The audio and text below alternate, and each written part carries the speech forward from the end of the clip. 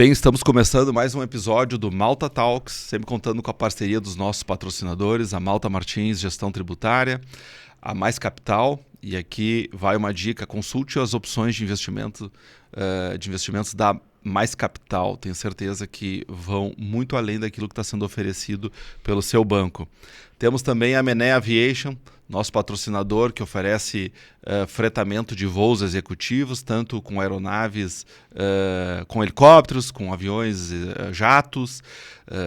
Consulte lá as opções de voos, inclusive pegando perna vazia, que oferece custos mais reduzidos. Tenho certeza que vai ser muito interessante.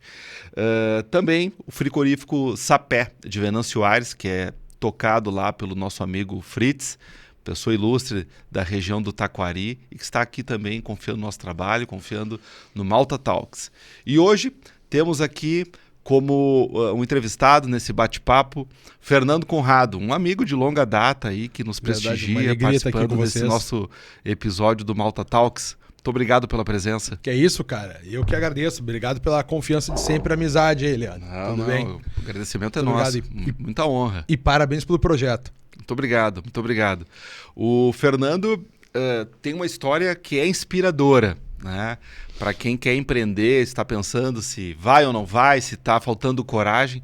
Eu penso que a história do Fernando, considerando os vários momentos, né, de vida que ele passou, até a sua construção como cientista político, como advogado, depois passando para a fotografia. Pode falar um pouco para nós, né, dessa tua história? Pode contar um pouco da história do Fernando Conrado? Que legal. Quem é Fernando Conrado, né? Pois Sabe, isso aí o cara fica até, pô, quem é que sou eu, né? A gente tem esse grande questionamento, porque a gente acaba sendo muitas pessoas dentro de uma mesma vida, né? São tantas histórias, tantas vidas vividas. A minha formação, eu sou de Porto Alegre, vivi no bairro Santo Antônio ali, grande parte da minha juventude. Minha formação é em ciências sociais, sociologia, política e antropologia, minha ênfase em antropologia e política.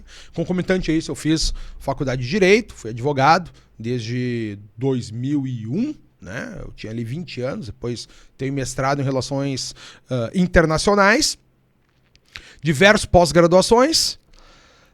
Já fui tanta coisa, fui advogado, cara, fui jogador de pôquer profissional, fotógrafo. Uma delas fizemos juntos, tudo, né? É verdade, né? Direito do Estado. Colegas, verdade. Depois, cara, com o tempo da fotografia, comecei a fazer uma rede social a partir daquela ali para contar. Eu comecei a viajar o mundo todo com uma fotografia, assim, projetos legais. E quando eu estava... A cada novo projeto, a fotografia... Eu tô fazendo uma grande transição, é muito ruim dizer assim, cara, meu pai morreu, eu vi que eu perdi a ilusão da imortalidade, a fotografia era um hobby que eu tinha, meu primeiro hobby grande, sempre minhas atividades paralelas eu fiz muito bem, tudo que eu me dediquei paralelamente eu fui muito bem, tive muito êxito. Quando eu jogava pôquer, fui campeão brasileiro, fui campeão sul-americano, né, ganhei um prêmio muito grande lá, uma vez muito grande pra mim, guri novo, né. Ganhei lá em Punta, lá um campeonato, liguei pra minha mãe chorava, eu mãe de emoção, não de vergonha, Fernando. Jogador de pôquer, puta e cheirador de cocaína, é tudo a mesma coisa. Delegado de polícia, pai e mãe, né? Larguei, comprei uma câmera. Não, fui viajar pra França, fiz umas fotos, gostei daquilo ali. As fotos ficaram boas e tal. Comecei a fotografava gratuitamente para os amigos. Quando os estranhos começaram a pedir, eu comecei a cobrar.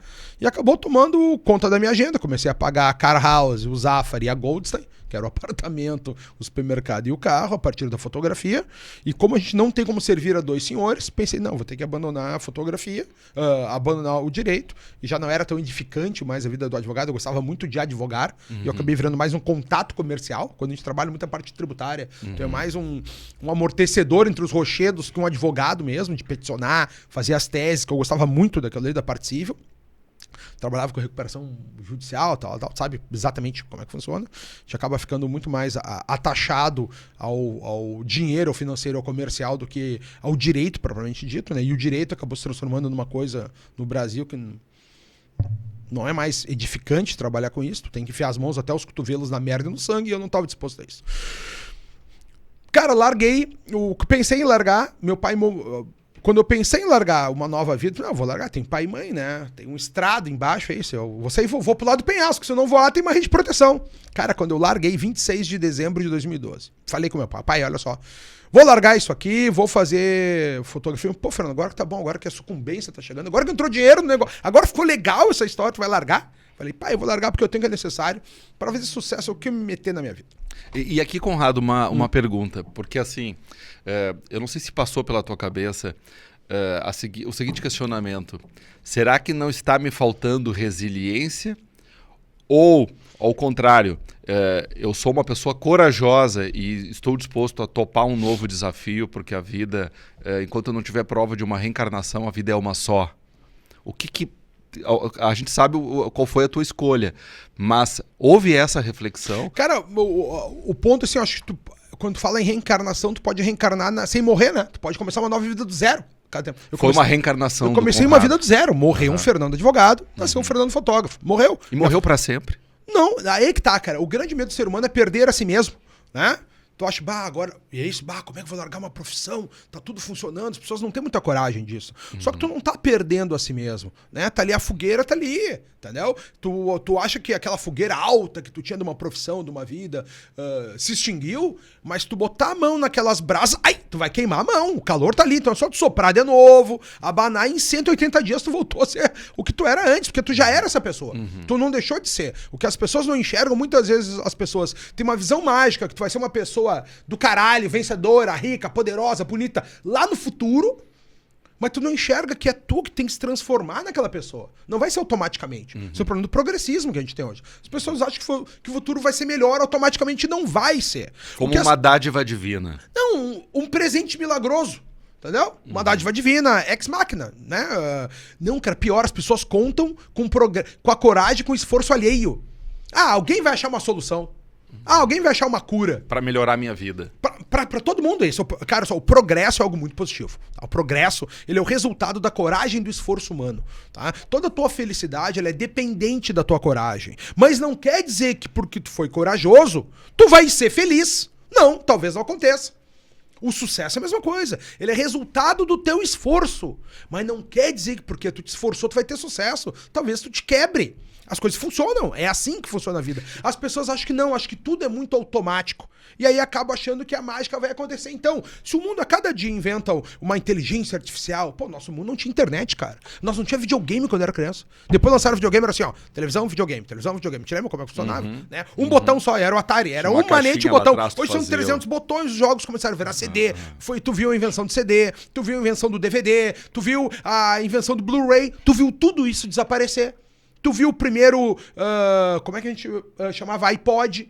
Tu viu o primeiro iPod, tu viu o primeiro iPhone, tu viu tudo isso surgir e tu viu tudo isso acabar já. Então a gente já viu o mundo dar muitas voltas. Essa é a vantagem da gente ficar um pouco mais velho. Só que essa geração acaba achando que tudo isso vai ser, a melhora vai ser sempre automático. O mundo, em vez de ser cíclico, que era o que a gente tinha no contato com a vida, com a natureza. Tu via a árvore crescer, a árvore perder as folhas, a árvore morrer, a árvore ressuscitar depois. Ela via os ciclos da vida. Tu entendia a morte das coisas. Hoje em dia tu acha que o mundo todo vai para um lugar melhor. Então, obviamente, o futuro sempre vai ser melhor automaticamente. É uma flecha para um futuro melhor. E as pessoas se iludem com isso. É por isso que não ganham. Por isso que a vida não serve para elas, porque elas não têm coragem e esforço, porque tudo vai ser automático. Então, o progresso é algo positivo, mas acreditar num processo automático sem a tua dedicação, tua coragem, teu esforço, esse é o chamado progressismo. E é isso que destruiu a humanidade nos últimos 200 anos. As pessoas acham que tudo vai ser melhor automaticamente e essa não é a realidade. Então tudo isso, cara... Mas seria confiar no altruísmo alheio? Não, é ter vantagem em viver do esforço alheio. Não tem na ver. Cara, o altruísmo é um egoísmo a longo prazo, tá? Essa é uma frase que a gente tem que ter em mente. Tu faz o bem esperando confiando que um dia alguém vai fazer o bem pra ti, né? Tu faz só. As relações se davam assim, né? Quando os americanos invadiram a península dos caçadores de homens, né? Manhunter, lá que eles falavam, né? Mas não era esse baixio de pedras, Manhattan. Quando eles invadiram aquele primeiro lugar e fizeram acordo com os índios, não é que os índios venderam a ilha por poucos dólares. Não foi isso, cara. Era uma promessa que agora eles viveriam em simbiose e um ajudaria o outro quando dos invasores inimigos. A sociedade começa com a confiança um no outro. É assim que os homens começaram a funcionar. Os homens têm confiança no outro pra caçar junto, pra um vai ajudar o outro, pra um vai apoiar o outro. Foi assim que a gente sai de uma vida numa savana africana, cada um por si, onde o homem era o lobo do homem, e a gente vai pro mundo das confianças, das famílias. Tinha o pater família, o pai de família. Primeiro, esse era o homem que ficava com uma mulher, com a femme, né? Por que a gente fala a mulher é fêmea? Porque é a mesma tipologia de fome, porque ela é que dava de mamar pro bebê. Femme, né? Em francês, femme e femme é a mesma etimologia. Vem família, aquilo que está em torno da fêmea. Aí vem o macho casa com essa mulher. Tanto que quando o homem casa com a mulher, ele entra no poder da mulher. Matrimonum. Tu entrou no matrimônio. Tanto que é marido e mulher, tu não fala marido e marida. Porque o homem se submeteu a uma Maria, a uma mãe.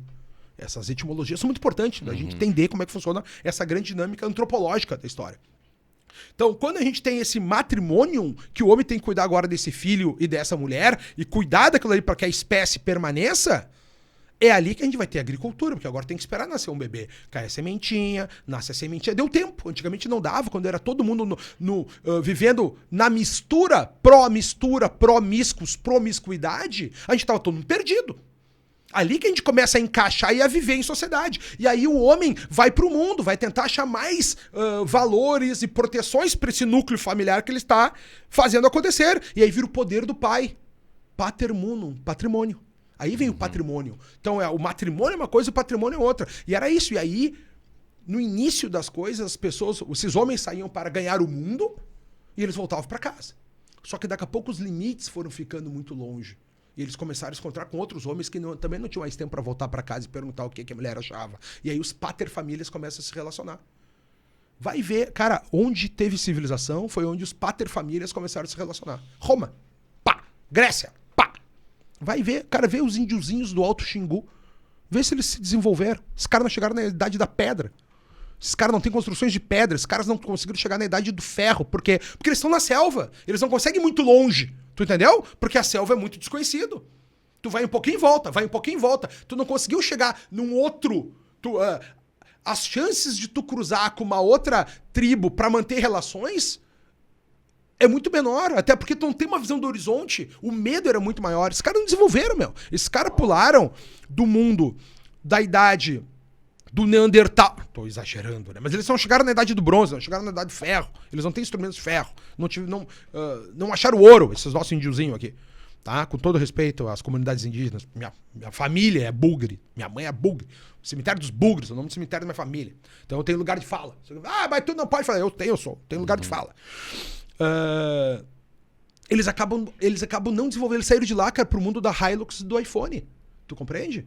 Ao passo que os lugares onde teve essa interação foram criados impérios com base na confiança, Leandro. Tudo isso foi feito na confiança entre os homens. Os machos confiavam um no outro, na palavra, o poder do fio do bigode. Essas coisas eram muito bonitas antigamente, até bem pouco tempo atrás. Quando a gente era criança, tinha uma expressão que era muito feia. Te lembra do Gerson, da seleção de 1970? Ele tinha uma propaganda na televisão. Eu gosto de tirar vantagem em tudo. Virou a lei de Gerson. Era feio tu tirar vantagem em tudo. Hoje em dia os podcasts falam então the best of it. Como é que você pode tirar a vantagem em tudo? Agora é a propaganda disso. Tu tem que tirar vantagem de tudo pra todo mundo. Explorar todo mundo ao máximo. Tu entendeu? Ter o suco da laranja máximo possível. Era feio há 30 anos atrás. Hoje é o auge que todo mundo persegue. As pessoas repetem. Né? E Deus vai te ajudar. As pessoas ainda misturam com religião. A gente entrou num neocalvinismo. Que as pessoas acham, não, agora tu tem que provar que tu é um escolhido divino. Deus vai te ajudar. Porra, cara. A gente tá com um problema religioso também, porque daí, qual é que é a travessura nesse caminho, né? No momento que... Por que eu tô misturando religião? Não dá pra misturar essas coisas. Tem gente que acredita, gente que não acredita, é um problema, né? Mas daí tem um cara que se veste desse poder religioso, porque daí é o seguinte, cara, se esse cara é um homem de Deus, ele não pode estar me mentindo, né? E aí a gente vê essas grandes trapaças que a gente tá vendo acontecer no Brasil, cara. No Brasil, cada dia sai um pastor novo aí, agora tem um gurizinho, dando um golpe nas pessoas. É um atrás do outro, cara, um atrás do outro. E fora isso que a gente tem um problema maior hoje, cara. Tá todo mundo desesperado com a realidade. E aí tu vai pra espera do milagre. Tu quer que tenha uma solução Deus ex machina? Olha o que tem, meu. Eu tenho um frei que vai rezar de noite, põe 4 milhões de pessoas pra rezar na madrugada. Tu acha normal 4 milhões de pessoas começar a rezar às 4 da manhã? Não é normal. É bonito, tal, tudo bem? Mas, tudo bem. Conrado, assim, te ouvindo aqui e eu... Desculpa se tu me corta aqui, tá? Não, mas eu gosto da tua empolgação. E eu não quero atrapalhar teu raciocínio, mas eu preciso fazer uma pergunta. considerando essa trajetória, é possível afirmar que o ser humano, o homem, tá? Quando falo homem, homem e mulher, Claro. é uma experiência divina que não deu certo? Ou que ela ainda pode dar certo no futuro? Ela só está passando por um mau momento. Cara, ó, esse é o meu drama da minha bipolaridade da fé, tá? Se tu quiser entender a vida real, tu não tem como achar que o homem veio de Deus, cara. Se tu achar que o homem veio de Deus, tu vai ter uma... Minha visão, tá, pessoal? Não precisa concordar comigo. Tá? E toda vez que eu falar algo aqui de maneira generalizada, eu tô mostrando como é que é uma tendência da humanidade. Claro que existem exceções. A gente tem que fazer esses hábitos, ó, dizer o céu é azul, a grama é verde. Tu não pode falar, eu não sou assim. As pessoas, né, quando vão ouvindo as coisas. Cara, se tu parte de uma experiência que o homem é criado por um Deus, por uma divindade qualquer, não tô falando de nenhuma religião, por uma divindade, tu não vai entender como é que se dá a dinâmica de poder. A dinâmica sexual, dinâmica de poder, que é ali que vem as escolhas. É o porquê tu toma determinadas decisões. Como é que se dá a dinâmica, como é que funciona a dinâmica feminina, como é que funciona a dinâmica masculina. Tudo isso é como é que a gente vai perpetuar nossa espécie. Então tu não é um escolhido das divindades para colocar aqui hoje, entendeu? Por exemplo, lá, o Jean-Jacques Rousseau achava que a gente era anjos caídos, que a sociedade nos deturpou. Cara, ele tá enxergando algo muito bonito, que é, o mundo mudou. O mundo era de uma forma e o mundo agora é diferente. Mas isso não quer dizer que tu era um anjo e tu foi deturpado pela sociedade. Quer dizer que a gente teve uma transformação no mundo dos homens. Todo mundo já enxergou algumas respostas para isso. Tá? E eu acredito, cara, olha só, Deus existe, Ele me ama, eu sou o filho preferido dele. E eu quero que todo mundo pense, todo mundo que acredita nessas forças que tu não consegue explicar, tem coisas que a gente não consegue explicar. Eu gosto de acreditar que essas coisas são uma divindade, e eu chamo ela de Deus. Eu tenho todos os sacramentos, eu casei em Caná, na Galileia, onde Jesus fez o primeiro milagre, transformou água em vinho, tá? Jerusalém, gosto disso, eu estudo isso, gosto, tá? Agora, eu não sou um cara muito religioso. Não sou um cara muito religioso. Então, se pergunta se a gente é uma criação divina, cara, bom, se tu achar isso, tu vai partir do princípio errado para pensar todo o resto. E eu, como cientista social, eu sei como é que foram as dinâmicas e como é que estão essas escolhas. Eu não sou psicólogo, não sou guru, não sou terapeuta, não sou psicopedagogo, não sou porra nenhuma. Sou um professor, sou cientista social. Eu explico como é que funciona a humanidade, a civilização, tá? Quando a gente entende como se dão essas escolhas, como é que elas foram construídas, aí tu vai tomar as melhores decisões, vai sofrer menos, né? Tu vai te iludir menos, vai enxergar a realidade, tá vendo o que o mundo se transformou. Então eu não parto desse princípio, que a gente foi uma criação divina, né? Mas mesmo que a gente abstraia, tá? Não foi uma criação divina, é um fenômeno natural, acabou...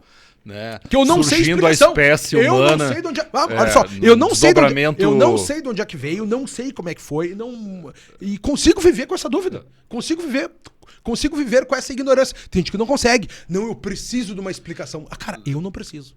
Tá? Eu procuro, mas eu não preciso. Abstraindo a questão da origem, tá. Só comparando a espécie humana com outras espécies animais, enfim. Tá.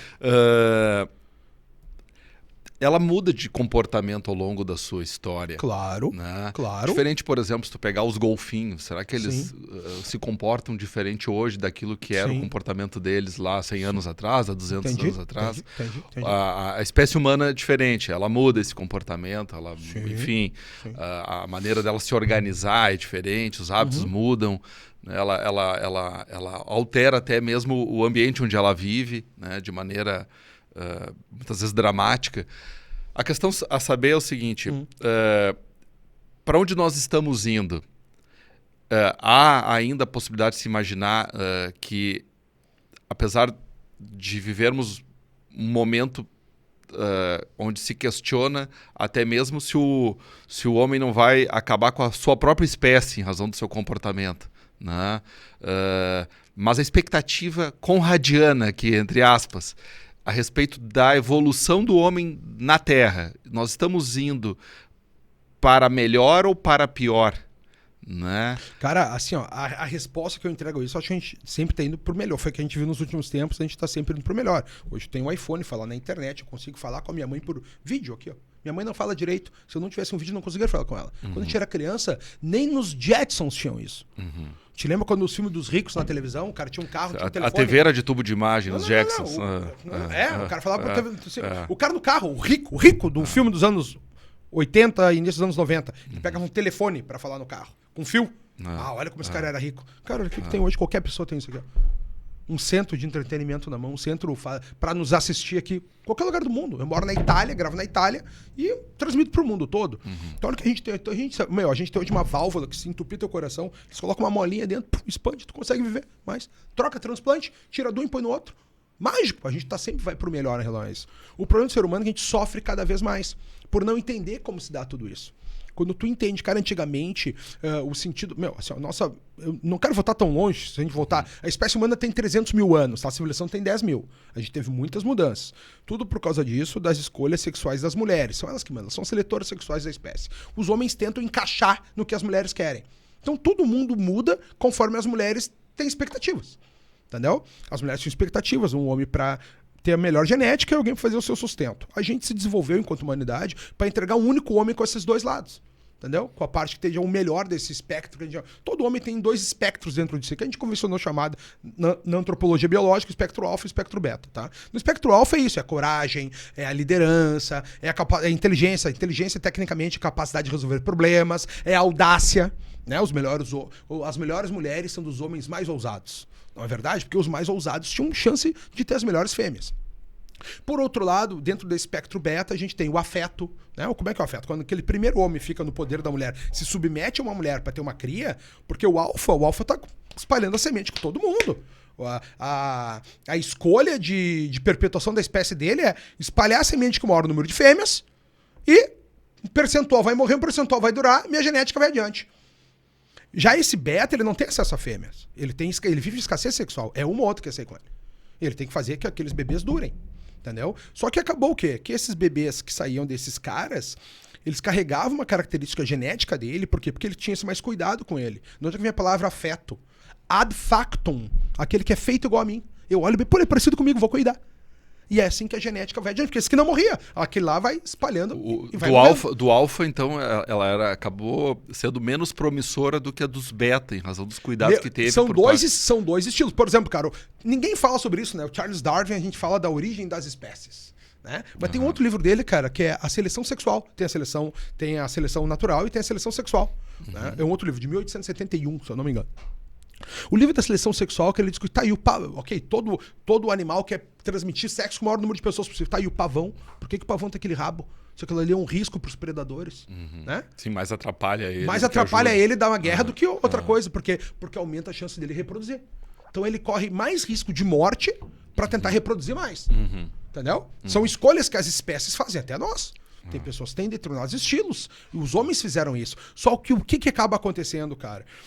Acaba acontecendo que a civilização se dá exatamente quando as mulheres começam a escolher na sua seleção ficar do lado desse homem mais fraco, para ter certeza que ela não morreria também. Porque ele começa a fazer a provisão para ela, a provisão para o bebê. E essa genética vai adiante. Ali a gente começa, 10 mil anos atrás, com a civilização. Ali a gente começou a ter quem vai cuidar. Porque deu o seguinte, cara, nessa competição intrasexual nossa, a gente começou a ter que ficar mais esperto.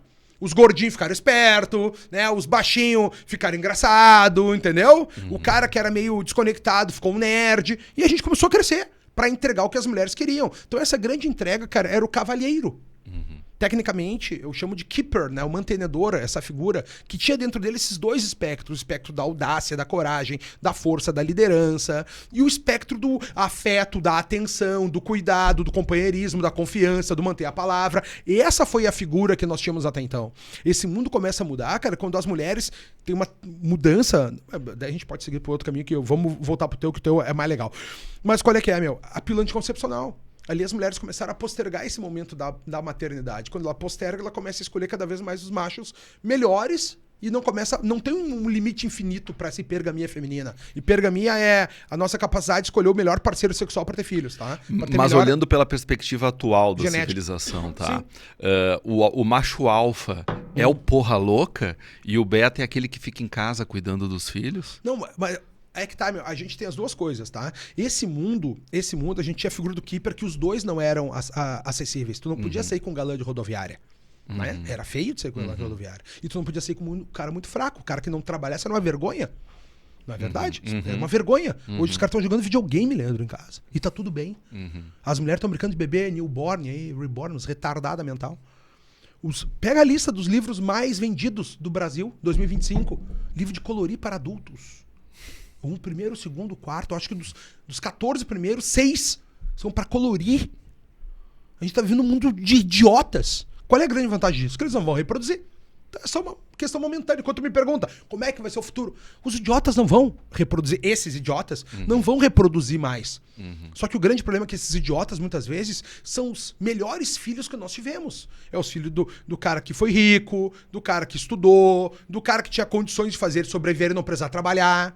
Porque uma coisa é tu ver... São espectros muito diferentes. Quando tu nasce no mundo do pobre, né? No mundo da escassez, tu começa a dar um jeito de achar soluções. Porque se tu não achar, tu morre.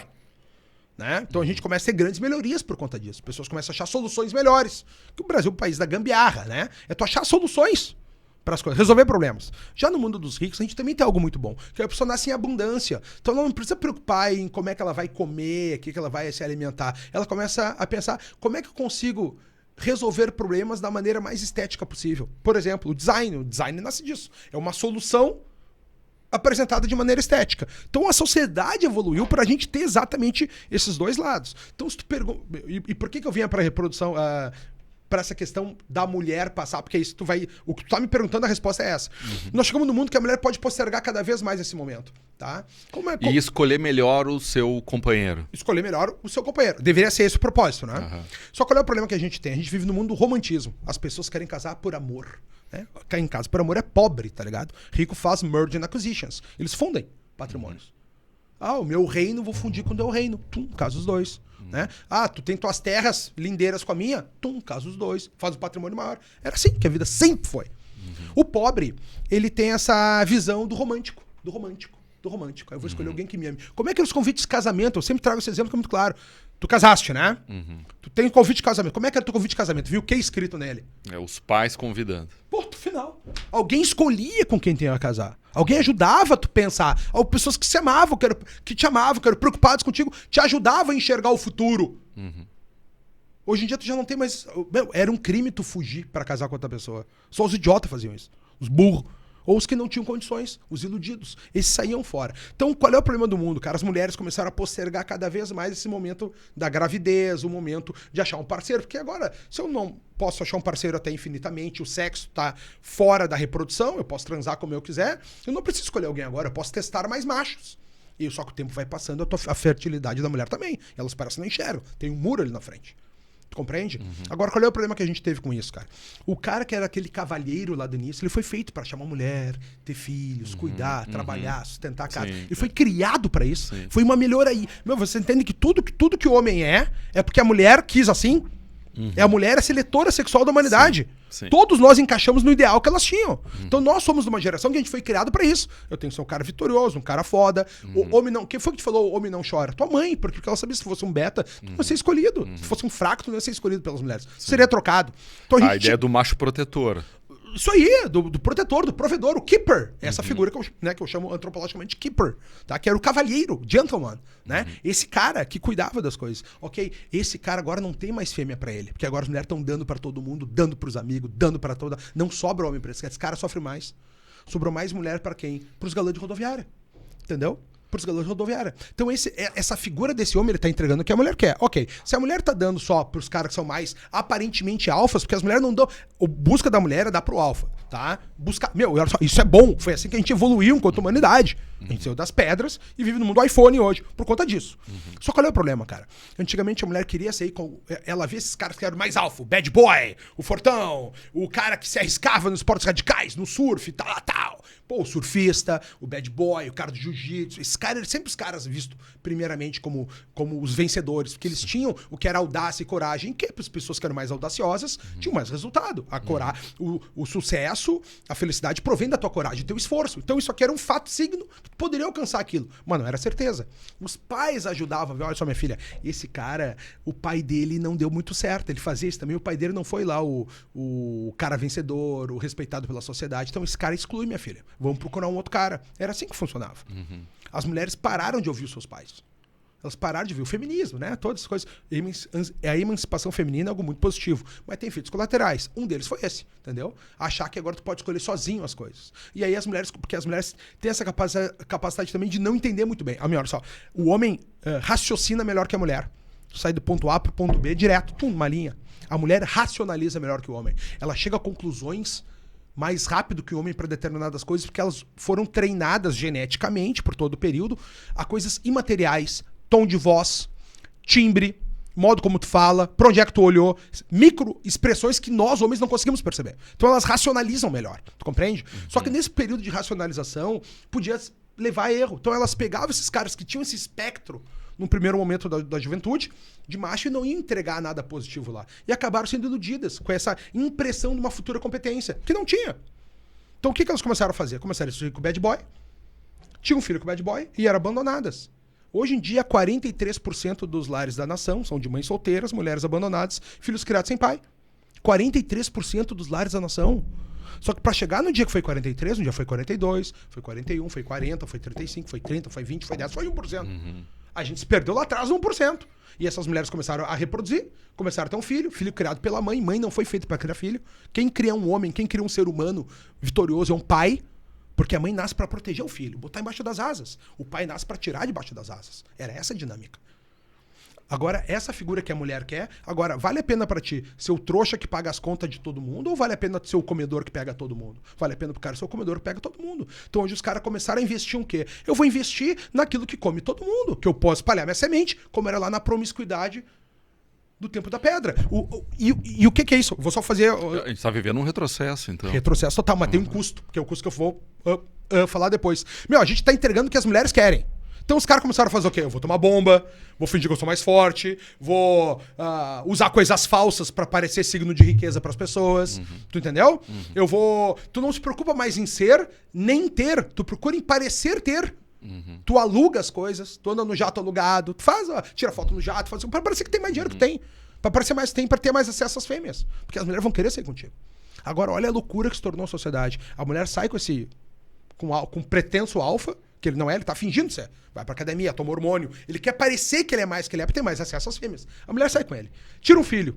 Vê que o cara não presta, que o cara não leva a lugar nenhum, que não tem competência, que não tem entrega, que aquele dinheiro não era verdade. Ela larga aquele cara e casa lá com um gordinho, lá, com um careca, com um gordinho, com um baixinho, que vai sustentar o filho do alfa. Sim. O beta provider. Sim. Essa é uma figura chamada beta provider, o provedor beta. Tá? Aí o provedor beta agora pela lei, porque toda lei é para proteger as fêmeas. Toda lei que a gente tem, toda a construção do ordenamento é para proteger a fêmea. Agora tem a figura da pensão socioafetiva. Agora o beta tem que sustentar uma genética que não é dele. A mulher teve filho com alfa, ou com pretenso alfa, com quem ela se enganou, errou, e aí ela casa de novo com outro cara, e esse cara tem que pagar uma pensão para um filho que não é dele. Olha que o mundo se transformou, Leandro. Essa é a dinâmica que a gente tem. Então a gente chega na tua pergunta. Agora, esse alfa é esse bunda mole ou é o beta lá no cantinho? Foi o que sobrou para as mulheres. Porque tá cada vez menor o número do gentleman. Essa figura tá acabando. E o cara que é um gentleman hoje, o cara que é foda, vencedor, esse cara tem uma fila de mulher para escolher. Tu escolhe a que tu quiser. O cara que paga a conta de uma casa, faça um fila que eu vou escolher que eu vou ficar. Não, vai lá, eu vou testar todas, vou comer todas, e agora eu vou escolher que eu vou lá no final, a que mais se dedicar eu pego. É isso que o cara tem um trunfo, e tem homens que não enxergam ainda, são todos subsumidos, as fêmeas lá, burros, tá ligado? Não entenderam como é que funciona. Se tu achar que tu veio de Deus, tu tem que ser respeitoso, agora se tu achar que veio do animal, tu tem que enxergar o que eu tô enxergando. Essa aqui é a visão real do mundo. Querem achar que é outra? Tem problema, tem um custo. Tu pode negar a realidade, mas não pode negar as consequências de negar a realidade. Realidade que eu tô te falando. Então esse homem hoje é um grande trunfo. Sobrou quem pras mulheres? Aquele pretenso alfa, que é o cara violento, o desapegado, porque o alfa ele era desapegado, ele espalhava semente e ia embora. Ele não tinha afeto, porque ele nem viu o bebê nascer para ter um afeto com a criança. Sentimentos são características por vinda dos betas, lá no início, tá? Então sobrou esse cara e sobrou outro cara, quem? O hiperromantizado. O cara que foi o único filho de uma única mulher que ganhou toda a proteção. Ai, o cuti da mamãe. Nunca tiraram ele de baixo e disseram, vamos lá, vamos perder esse verniz? Vamos virar macho? Esse cara nunca virou macho. Esse cara tá jogando videogame com 40 anos. Esse cara não paga tributos, não tem funcionários, não manda, ele não sabe o que é a vida. Ele não teve um irmão pra ter que dividir. Tu tem 5 irmãos, eu tenho um irmão. A gente sabe dividir as coisas. Via uma Coca-Cola, tu botava nos copos e via se os copos estavam igual. Não, daqui. Sim. Vamos ver se os copos estão igual. Não tá. Põe pra cá. Não tá também. Tira a mão, quem vai fazer sou eu. Não era assim uma briga nas casas? Todo mundo que teve irmão sabe isso. As pessoas não têm mais irmão hoje. As famílias não têm um filho. Tu entendeu? A merda que é. E, na minha casa a gente desenvolveu regras. Nossa regra é, tu divide, eu escolho. Mas aí, Conrado, olha só. Aqui eu vou aproveitar essa deixa. Mãe, essa água aqui, nesse copo aqui tem menos água do que no copo do Conrado. Meu filho, tá certinho. É assim, eu não vou mudar. Quer dizer, ali é um momento de frustração. Frustração que hoje, nas gerações atuais, tem cada vez menos. Pais preocupados em não frustrarem os filhos. É inacreditável, Leandro. Ah. Leandro, olha só. E qual é a consequência disso? A consequência disso as pessoas acham que a vida é um eterno cruzeiro pelo Caribe. Tu tem que ficar num deck tomando margaritas com um sombreiro na margarita, vendo o pôr do sol infinito. Cara, a vida é frustração. Cara, grande felicidade. Os gregos já explicaram o conceito de catarse. O que é catarse? A felicidade após superar um obstáculo. Tu estudava a noite toda para uma prova de matemática, no outro dia já tirava 10 do caralho. Me dediquei 3 anos num projeto, de um business, deu certo, meti grana no bolso. Do caralho, eu sou o cara, meu Deus, que vida é essa? Eu quero só isso. Não é assim que funciona? Todo cara que é vencedor sabe que é isso. Agora, se a pessoa não se frustra, ela nunca vai saber o que é. E esse momento da frustração tá cada vez jogado adiante. Eu ensino uma coisa que foi como eu fui criado. Porque a nossa vida era muito simples. Tu queria ser um cara igual ou melhor que teu pai, achar uma mulher no estilo da tua mãe, ter uns filhos e criar como tu foi criado, achar um trabalho que se comunicasse contigo mesmo, né? E pudesse pagar, sustentar essa família toda, fazer um churrasco no final de semana com os amigos, me viagem pra praia final do ano, pro exterior, conforme o teu bolso. Vida resolvida. Hoje o sentido da vida tá muito fragmentado. Um conceito de como eu fui criado, cara, que depois eu desenvolvi isso um dia caminhando lá no Central Park, eu fui me dar conta pensando sobre isso, vendo umas crianças mimadas ali. É o conceito da fodelança controlada. Tu tem que deixar o teu filho te fuder. Qual é o teu trunfo nisso? É tu controlar a fodelança. Tu não vai deixar ele pular do precipício e morrer, mas vai deixar ele subir, ter uns galos na cabeça, ter uns arranhão, entendeu? Cara, a gente andava de skate, ralava o nariz, dava com a cara no chão. Hoje é todo mundo munhequeira, cotoveleira, capacete. As crianças tudo protegidas numa bolha. Não, e negar o pedido mesmo podendo atendê-lo. Cara, minha mãe, eu fui criado passeando no centro comercial João Pessoa, porque não tinha shopping center na época, os caras estavam construindo Iguatemi, 84, 83, não tinha. Mãe, eu quero comprar o comando de ação Falcon. Ah, minha filha, a mãe não tem. Minha mãe tinha dinheiro, era óbvio. A mãe não tem, tem que trabalhar mais, esperar o fim do mês quando eu vou receber. Daí talvez a gente consiga, vamos juntar um dinheiro. Cara, é ser criado no mundo da escassez. Para saber a dureza que era isso. As pessoas não foram ensinadas a isso. Os pais foram treinados agora para se sentirem cada vez mais culpados e entregar uma garantia de vida cada vez maior para as crianças. Ficam essas crianças retardadas. Porque, olha só, se tu não aprendeu a te fuder lá na infância, tu vai começar... O mundo uma hora vai te fuder. E aí vai ser pior, porque tu já vai ser grande, aí tu vai te frustrar e tu não vai conseguir te relacionar com mulheres, tu não vai conseguir falar com as pessoas. As pessoas não sabem conversar. Se relacionar com mulheres, eu sei que é uma pauta que não é tão trabalhada por ti, pelo menos até onde eu te acompanho. Mas... Vamos lá, isso também não tem um desdobramento na violência doméstica? Eu já tratei até num outro episódio aqui do podcast sobre isso, que é o seguinte, aquele homem que não foi treinado para ouvir não, a enfrentar a frustração, quando houve um não de uma mulher no ambiente doméstico, como ele reage? Ele fica irado? A tendência dele é se portar de maneira inconveniente? Mais mulheres matam homens que homens matam mulheres, Leandro. Esse dado não é verdadeiro. Esse dado é que a propaganda está te dizendo. Mais mulheres matam homens que homens matam mulheres. Matam como? Matam, assassinato. Mais mulheres assassinam homens do que homens assassinam mulheres. Qual é a gênese disso? A gênese disso é o mundo normal. Olha só, isso é mudado, cara, e tu não acha. Vai procurar nos atlas de violência se tu tem esse dado. Ah, quantas mulheres mataram homens? Tu não encontra. Tu tem que criar uma regra de 3 pra ver esse número. É obviamente que no ambiente familiar, no ambiente de casa, bare hands, mãos contra as mãos, um homem de 100 quilos tem uma chance maior de bater numa mulher de 50 quilos. Porque eles são seres humanos maiores. Ali, no ambiente familiar, mais mulheres morrem por mãos masculinas do que homens morrem por mãos femininas. Morte, eu tô falando, assassinato. No cômputo geral, mais mulheres matam homens. Picam, colocam dentro da mala. Mulher não é fácil, querido. Então, mas só pra analisar assim. Não, olha só. Deixa eu só fazer um hábito. Se vocês estão sofrendo qualquer espécie de violência na tua vida, procura polícia, procura advogados, procura ajuda terapêutica, tá? Não tô justificando a violência. Seja homem ou seja mulher. Não interessa. Não, é que tá. O homem não procura. Imagina, tu toma um tapa da tua mulher em casa, tu vai numa delegacia e diz, eu tomei um tapa da minha mulher. Os caras vão rir de ti, Leandro. A violência masculina que o cara sofre, o arranhão, o empurrão, o vai te a merda, o eu vou te abandonar e vou levar meus filhos, o cara não reclama isso. Então isso é tudo subinformado ao sistema. Essa história é muito mais propaganda do que verdade. Existe violência. E outra coisa que a gente tem que dizer, cara, eu moro na Itália hoje. O Brasil Esse ano aumentou mais 3,4, 3.400 mais mortes violentas no Brasil. A gente tem em torno hoje de 40 mil mortes violentas por ano. São 40 mil mortes violentas no Brasil por ano. São 212 milhões de habitantes, tá? A Itália são 59 milhões de habitantes. 60. Tá? Vamos botar o Brasil em 200 e a Itália em 60, tá? A Itália é 3 vezes menor que o Brasil. Aqui a gente tem 40 mil mortes. Quantas mortes violentas só teve na Itália no ano passado? Eu não faço ideia. Assassinatos. 486. Menos de 1.000. Das 486, 180 foram em casa. Uma pessoa matou a outra. Porque essa era a morte normal, Leandro. O crime de ódio era o crime normal. O que não é normal é alguém te matar pra pegar teu iPhone. O que não é normal é alguém te matar pra pegar teu tênis. O que não é normal é alguém te matar pra pegar teu carro. É alguém te matar pra pegar teu relógio. Isso não é normal. Sim. A gente vive num mundo que tá tudo começo pra baixo. O conflito doméstico. Cara, não, é o irmão que mata irmão, é o sócio que passou a perna, é os dois que lutaram pela herança, o marido que traiu a mulher que abandonou o marido. Esse era o crime normal. Cara, quando umas pessoas brigam nesse aspecto, o que eles dizem? Eu vou acabar com a tua raça. Não é isso? A maior ofensa que tu pode fazer em italiano pra alguma pessoa é falar mordacci tua, falando entre dentes, olhando no olho. Mordacci tua, que é que morram todos os teus. Eu quero acabar com a tua raça. Olha a briga que tu faz, eu quero acabar com a tua raça. Hoje em dia os caras matam, roubam e vão embora. Não interessa que é o cara que eu matei. Então as pessoas não entendem, cara, que esse é o problema que a gente se perdeu no mundo hoje, é problema de compreensão. O crime de casa, esse é o crime que deve ser combatido, deve ser coibido, óbvio que sim. Mas esse era um crime normal, o crime de ódio. Hoje eles dizem que o crime de ódio... E fora isso, o crime de ódio ele é punido de maneira mais severa pelo Código Penal.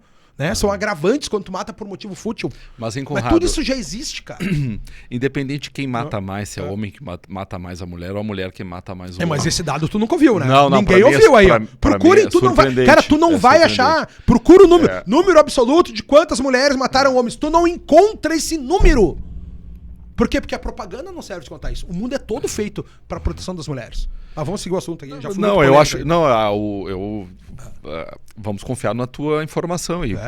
Procurem. Tudo que eu falo aqui, tudo que eu falei, procurem os dados. Mas, Conrado, só para entender, o homem, quando ele pratica violência contra a mulher ou mata a mulher, isso, claro que não é uma única explicação, certamente são várias as explicações. Claro. Mas quando a mulher agride o homem, seja moralmente, emocionalmente ou fisicamente, eu suponho, tá? E aqui eu quero te questionar, que a razão que leva a essa violência da mulher contra o homem seja diferente da razão que leva a violência do homem contra a mulher.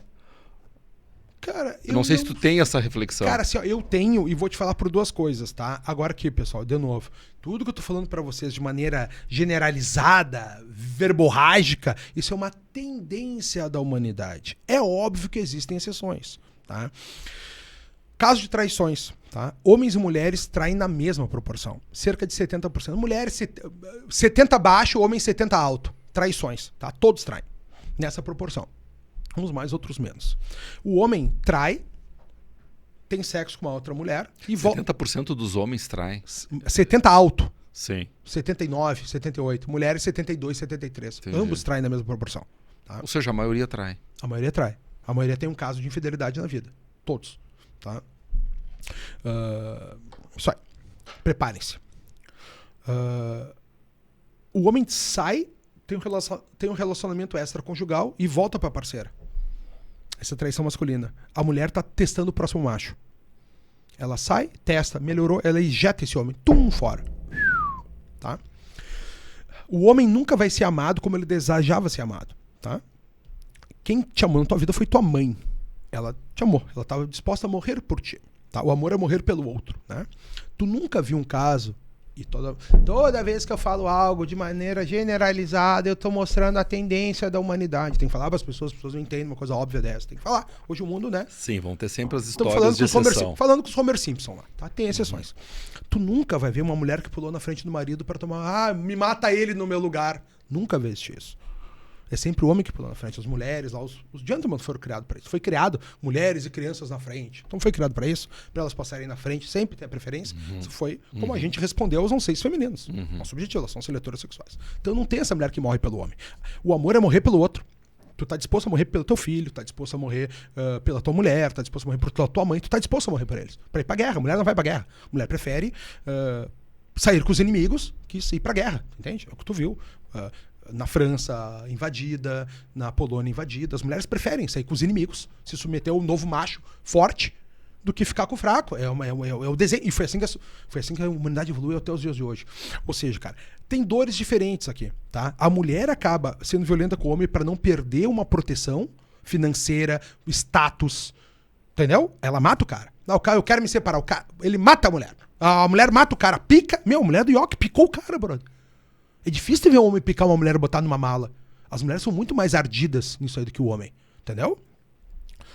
Já o homem, cara, ele pica, ele mata a mulher por quê? Porque ele não recebeu o amor que ele achava que ele ia receber. Porque o homem é mais romântico que a mulher. É o contrário. Nós somos românticos. Nós idealizamos. Tu quer ser o príncipe encantado de uma mulher. Tu quer te doar mais pra mulher. Tu quer achar uma mulher que vale a pena morrer. Olha a loucura do... Cara, o amor é se perder no outro. A gente foi criado pra isso. Pra tu morrer pelo outro. Por isso, olha só, tem um cara que é casado com uma máquina. É linda, maravilhosa, tal. Mas é a macho da relação. Ela mata as baratas, ela abre a lata de azeitona, ela arruma o chuveiro. Muitas vezes esse cara larga essa mulher que é uma máquina linda, maravilhosa, bem arrumada, bom gosto, sabe tudo, fala as línguas, por uma mulher mais ou menos. Mas aquela mulher que deixa ele matar barata. Que deixa ele abrir azeitona. Porque ele é o homem que ele nasceu pra ser. Ele nasceu pra entregar essas coisas. Tem mulheres que não deixam o cara entregar. Burras. É burra. É só manipular, meu. A gente é facilmente manipulável. Como é que foi toda a humanidade, cara? Até pouco tempo atrás. A mulher tinha a dinâmica de cuidar do núcleo familiar, matrimônio, e o homem patrimônio. Nós vamos pro mundo. Se o cara ganha R$1 bilhão e era casado com a mulher, separou 50-50. A mulher tinha 50% do patrimônio do cara, que o cara trabalhou. Porque essa era a dinâmica. É a cooperação sexual. É como um pode ajudar o outro, na medida das suas capacidades e do que é interessante. Porque esse cara estava segurando a genética dele. Era muito forte isso. As mulheres escolheram não fazer isso, Leandro. É inacreditável. Daí sobrou quem? Esse macho que era o provedor. Esse cara acabou, Anderson. Ô, Leandro. Esse cara acabou. Esse cara que sustentava a família, ele acabou. Hoje os caras não pagam, não tem dinheiro. Os caras não tem carro, não tem casa, não tem nada. Eles não produzem. Tu entende? Aí sobrou pra ela quem? Aquele cara lá, que é o bambambam, o que finge na academia, pá, que não tem as coisas, fala assim, fala assim, não tem pra pagar, mora no muquifo. É o bambambam, o traficante, as mulheres sobem pra dar pros traficantes no morro, cara. Inacreditável. E posta na internet, depois o traficante mata, é feminicídio. Assim, tu vai ser com um traficante de morro e tu não quer ser morto. Não quer ser estuprado. Tá brincando comigo. Tem que entender a lógica. Não tem porque essas pessoas, 40% delas, não teve um pai em casa pra dizer o que tinha que fazer, o que não tinha que fazer. E o outro é o bunda mole, gurizinho, protegidinho pela mamãe, que não teve um pai pra tirar debaixo da asa da mãe. Tá jogando videogame até hoje. Jogando videogame, brincando de espada, fazendo legendários lá pra ver se vira um macho. Porque não perderam o verniz. As pessoas não perderam o verniz, não sabem quem eles são no mundo. E aí sofrem. E aí o sofrimento é maior. Então, nós estamos voltando para aquele passado. Estamos. Só que lá naquele passado da promiscuidade não existiu o afeto. O afeto foi um desenvolvimento humano para a civilização. Agora nós estamos voltando para o mundo da promiscuidade, mas com o sentimento de afeto dentro de nós. E aí vem a frustração. O ser humano é o único animal que explode a cabeça porque não alcançou seus sonhos. Porque não se sentiu amado. Pum, explode a cabeça. Cara... O suicídio é a segunda causa mortes entre jovens de 15 a 24 anos no mundo. Suicídio! As crianças estão se matando, Leandro, porque os sonhos não estão alcançados. Ontem saiu uma notícia que eu vi que um professor foi demitido do colégio que mandou as crianças dar 10 voltas na quadra de futebol. Vão dar 10 voltas na quadra aí porque não entregaram o tema. Expulsaram o professor.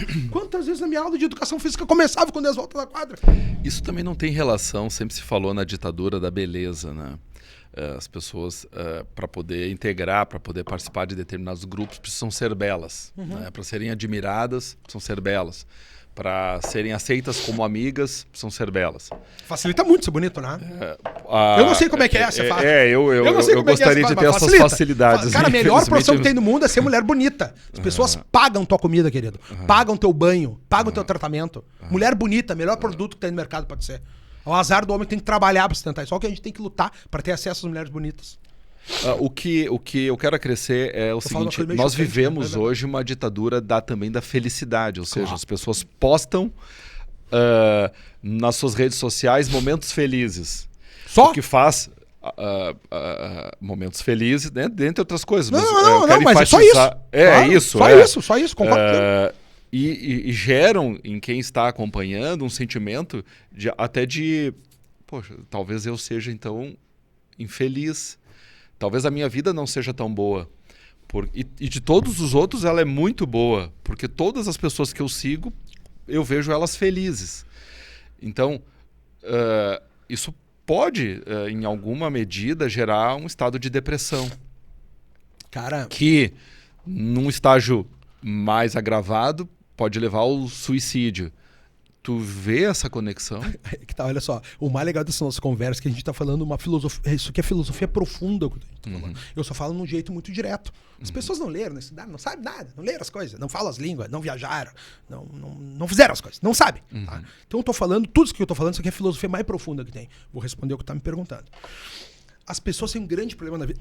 Qual é o problema disso que tá me dizendo? As pessoas, primeiramente, eles estão comparando a tua vida não editada. Tu sabe tuas angústias, tuas frustrações, teus sonhos que não foram alcançados, tua vida não editada com a vida editada de uma pessoa. Ali ela escolheu o que ela vai mostrar. Ó o meu carro novo, ó o meu avião novo, ó a minha casa nova, olha as mulheres que eu saio, olha os caras que eu saio, as festas que eu frequento, o lugar que eu vou, o vinho que eu tomo, a viagem que eu faço. Tu coloca só a vida editada e aí tu te compara com ele. Tu sofre, dói. Dói. Antigamente, tu te comparava com o vizinho do lado. A grama do vizinho é mais verde, não é verdade? Agora, tu te compara com pessoas da internet que tu nem te relaciona. A grama do Neymar é mais verde. A grama da Beyoncé é mais verde. Tu sofre mais. E pior que isso, enganaram as pessoas de dizer que nós somos todos iguais. Esse é o problema do romantismo. Revolução Francesa, nós somos todos iguais. Nós não somos todos iguais. Um pastor de ovelhas do norte da França, lá da Picardia, ele não se comparava com o rei Luís XIV, por exemplo. Ele não se comparava. Ele sabia que ele era o pastor de ovelhas. Que ele nunca seria rei. Hoje tu acha que tu pode ser rei. As pessoas acham que pode ser rei. E aí tu sofre. Porque quando tu espera ser um rei poderoso lá no futuro, tu vai viver como um fraco até chegar aquele dia.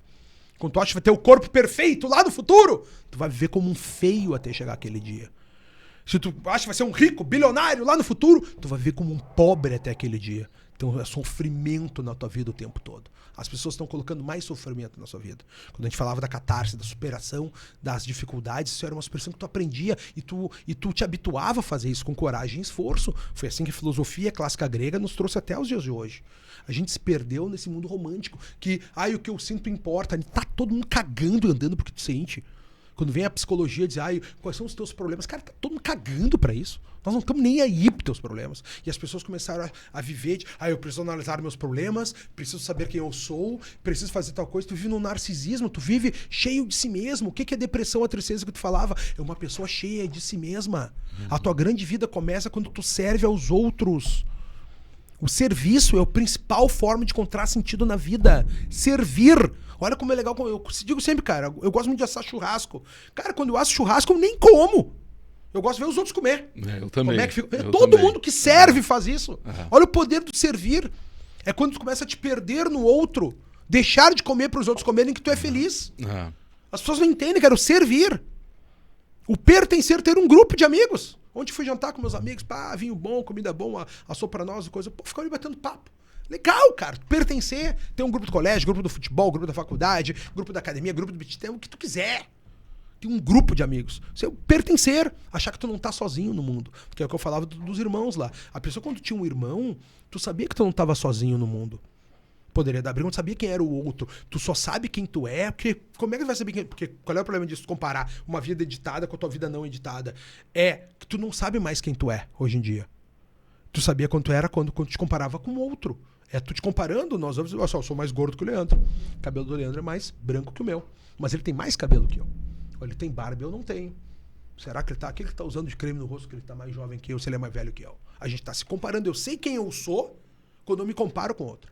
Então a existência do outro é essencial para saber quem tu é. Hoje a gente não tem mais o outro. É o narcisismo exacerbado. É o que eu penso, como é que eu sofro. O que foi que eu fiz, o que eu não fiz. Ninguém tá nem aí para isso. Nem aí. As outras pessoas não estão. E a gente se preocupa muito. E aí tu começa a fazer o quê? Tu começa nesse teu buraco existencial de não saber quem tu é, tu começa a obedecer. No mundo de incertezas, tu começa a obedecer a quem? Tu não tem mais pai, não tem mais mãe. Tu não tem mais a figura materna e paterna pra te ensinar as coisas, não tem mais um irmão pra te dar um conselho, um tio. As pessoas têm filhos cada vez mais velhas, não tem mais avós, os filhos. Tu vai ouvir quem? Vai ouvir a propaganda. Vai ouvir o que tem no mundo. E o mundo te coloca o quê? Cada vez mais medo. Vai ter uma guerra na Ucrânia. Vai ter uma guerra mundial. Vai ter uma bomba atômica. Vai ter guerra no Iraque. Vai ter guerra na Palestina. Sempre guerra, medo, medo, medo, medo, medo. Quando Trump começou a ganhar as eleições lá em 2016, a moda virou usar roupas camufladas. Tu tava sempre em guerra. Sempre em medo. As pessoas não enxergam, tá tudo diante dos olhos das pessoas, cara. O que eu tô falando pra vocês, tá diante dos teus olhos. Olha, eles te vivem medo, que nem medo. No medo tu obedece mais. No medo tu não pensa por ti mesmo. No medo tu tem um buraco dentro de ti, porque antigamente as pessoas viviam só do medo. O que era o medo? Era algo objetivo. Tu tinha medo de altura, medo do leão, medo do escuro, né? Agora tu vive com problemas subjetivos. Eu tenho uma angústia do que eu não sei. Eu tenho uma ansiedade do que eu não sei. Eu tô ansioso para que aconteça alguma coisa. Tá, mas tu não tá lutando para fazer. Não é o futuro que puxa, é o passado que empurra. Não é o futuro que puxa. Tu tem que fazer para tu ser aquela pessoa lá do futuro. Tu tem que ser aquela pessoa. Não vai nascer automático aquela pessoa rica, forte, poderosa, bonita. Não vai acontecer. Para tu ficar bonito lá no futuro, corpo escultural, tem que começar a ir pra academia hoje. Para virar um intelectual, tem que começar a ler os livros hoje. Para ficar rico, tem que começar a trabalhar hoje. O estoicismo fala bastante disso, né? Claro, Quer dizer, tu tem coisas que tu não pode controlar e aquilo que ponto cabe final. a ti. Primeira grande lição. Coisas que estão no teu controle e coisas que não estão no teu controle. Aí qual é o problema, cara? Quando tu tem esse buraco existencial dentro de angústia, tu quer tapar esse buraco. Né? Tem pessoas que têm todas as fugas. Né? A fuga pode ser na cocaína, a fuga pode ser na comida. O caso do gordo é comida. Né? Algumas pessoas trabalham mais. Né? Pode ser coisas positivas também. Trabalho, leitura, tudo é uma fuga. Né? E principalmente o consumismo. Né? Tu começa a comprar coisas que tu não precisa, com dinheiro que tu não tem, financia as coisas. Né? Para mostrar para pessoas que tu nem te relaciona uma pessoa que tu não é. Tu começa a querer encaixar no que os outros esperam, no que tu acha que os outros esperam de ti. E aí pro mundo do business, pessoas com sofrimento valem mais a pena que pessoas sadias. Por quê? Porque tu vai consumir mais. O mundo hoje não é o mundo da democracia, é o mundo das grandes corporações. A gente viu desde o mensalão, eram empresas que determinavam as leis que deveriam ser feitas para ter benefícios. Né? Eram os campeões nacionais. Por quê? Porque quando tem corporações entrando para o mundo da política, só para falar por cima assim... Né? Não, mas eu até quero aproveitar essa tua deixa, porque assim, e me permitindo aqui, quem sabe fazer um link, porque eu não posso deixar de aproveitar a tua presença para falar um pouquinho de política. Né? Mas para fazer um link, digamos assim, uma transição mais suave, qual é o papel que o Estado pode ter, quando falo Estado, não é governo. Sim, Estado. Ele pode ter como indutor de determinados comportamentos humanos, ou ele não deve ter nenhum papel indutor e deixar que a sociedade se comporte como bem quiser, mesmo que esse comportamento possa estar levando essa sociedade a um futuro não tão bom. Né? E aí, falando da política, no caso do Brasil hoje, como é que tu está analisando se ela oferece algum tipo de interferência ou se ela se mostra mais neutra e a sociedade que se organize como quiser? Quem dera a sociedade se organizasse como quisesse, né, meu? O que eu vou falar para vocês, a democracia, como a gente idealizou, ela não existe mais, né? Ela existe o mundo das grandes corporações. Então é por isso que tu vê grandes empresas capitalistas investindo em política, investindo nos seus partidos, investindo em filosofias políticas, principalmente uma filosofia de esquerda, por incrível que pareça. Como é que os capitalistas investem na esquerda, como fazia o Zuckerberg, como faz o Google, como faz as grandes corporações? Por que eles estão fazendo lá? Porque o mundo, cara, o que é o mercado? O mercado é o livre comércio. Todo mundo tem acesso às mesmas oportunidades. Assim que o Adam Smith enxergou as coisas. Quando o Estado faz o que no livre comércio? Impõe regulações. Quanto mais o Estado impuser regulações, mais difícil será a tarefa do empreendedor. Quando mais difícil será a tarefa do meu concorrente, mais fácil é a minha vida. Qual é o pior problema do livre mercado? O monopólio. Então, as corporações financiam o Estado para criar mais regulações, para não fazer que meus concorrentes tenham chance de chegar onde eu estou e eu tenho um monopólio. Que é o que o Brasil faz com os campeões nacionais. O Brasil foi lá para a China agora, por exemplo, como já fez diversas vezes nos últimos 20 anos, negociar contratos para uma única empresa. Entendeu? É o que a gente tem, são grandes corporações que determinam essas grandes leis. E aí, vale a pena? É por isso que a gente tem a esquerda, as grandes corporações patrocinando a esquerda. Essa é a teoria, em ciência política, a gente chama do chutar a escada. O que é chutar a escada? As pessoas chegaram no nível superior, agora não quer que ninguém mais chegue. Isso começava com as grandes nações. Né? A França, a Alemanha ficaram ricos queimando floresta, utilizando água dos rios, fazendo indústria pra caramba, utilizando metais. Chegaram no desenvolvimento. Agora, ninguém mais pode chegar. Então agora não pode mais mexer nas florestas. Agora é feio. Agora não pode mais usar água do rio. Agora é feio. Agora não pode usar indústria. Agora é feio. Porque eles já estão lá em cima. Tu não vai chegar, porque agora tu não pode mais subir a escada. A escada do progresso eles estão chutando para tu não chegar. Então essa é a dinâmica da grande política que a gente vê. Em termos brasileiros, Leandro, pelo que a gente viveu, qual é a parte boa e qual é a parte ruim? Tá? A gente viu uma grande mudança do Brasil de 2013 em diante, que foi a Operação Lava Jato. A gente viu pessoas que tu nunca achou que fossem pra cadeia irem. Grandes empreiteiros, grandes empresários, senadores da República, Se quebrou um paradigma. Meu, tu viu acontecer. Tá? Veio um candidato outsider que chegou ao poder. Tu viu um outsider chegar no poder. Fora desse tema todo. Nós fizemos, inclusive, direito numa época que se falava, né, mas com crítica, que o nosso direito penal era o PPP, né? Lembra? Preto, pobre e puta, né? Quer dizer, só esses eram presos. Ninguém mais. O político de renome jamais seria preso. O empresário com grande influência jamais seria preso. E isso mudou, dá para se dizer, com a Lava Jato. Mudou. Não, não interessa se foi bom, foi ruim, né? Quem foi, que era os caras, quem era o Moro, quem era o Daniel. Não tô discutindo isso, tá? Tô discutindo que até então não tinha acontecido ainda. A gente, mas tu viu acontecer? Eu vi acontecer. A gente enxergou todo o processo. Tu viu que veio um outsider. Botaram o Bolsonaro. Botaram o Bolsonaro nessa história. Chegou um cara, um outsider no poder.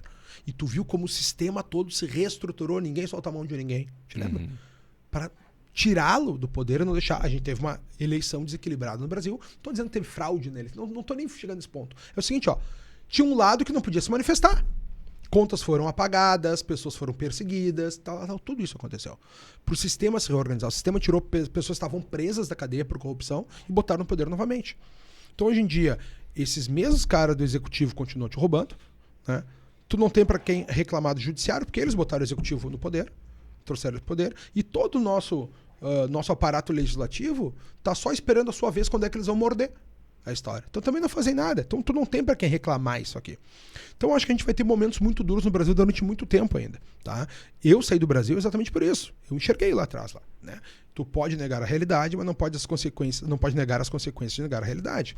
Tá? O Brasil teve essa grande mudança. Falei, olha só, nós vamos tomar 4 anos de Lula, depois talvez a gente tome 4 anos do sucessor do Lula, que ele escolha.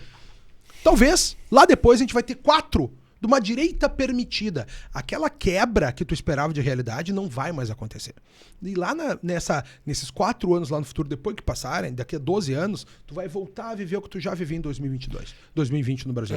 Mas tu foi pra Itália, né? Só vou fazer o encerramento disso aqui todo. E aí, cara, lá no final, daqui a 4 anos, tu vai começar a torcer que nem tu torceu pro Aécio Neves. Te lembra quando tu torceu pro Aécio Neves contra a Dilma? Sim. Tu vai torcer pra esses caras, pra um cara da direita permitida. Um Eduardo Leite, um Zema, um Tarcísio, qualquer um desses. Nunca mais tu vai ter uma mudança dessa forma. Agora, esse nunca mais, quando é que é? Não é nunca mais, a gente viu o que aconteceu. Então, qual é a minha missão como professor? É manter as pessoas todas aquecidas e cientes de tudo isso. Porque a gente não enxergou antes que estava todo mundo dormindo.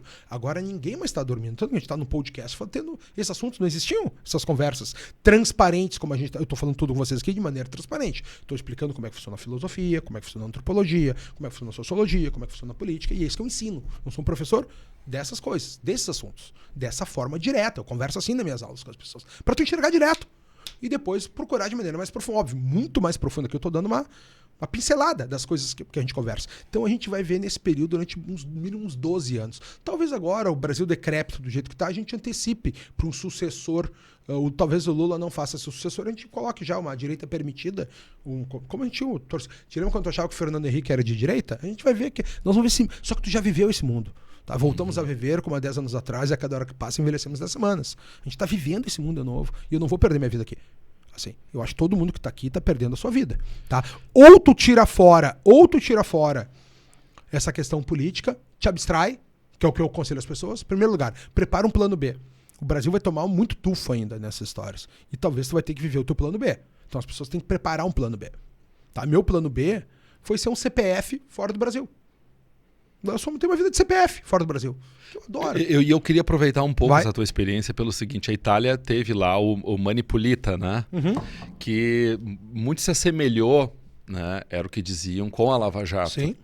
Só que o pós-Lava Jato, se foi para quebrar um paradigma ali, a Lava Jato, e levar à prisão pessoas que eram que não era o PPP, que equivocadamente acontecia no Brasil até então, né? Quer dizer, o direito penal era feito para condenar a poucos, né? Poucos no sentido de uma etnia, uma classe social, um determinado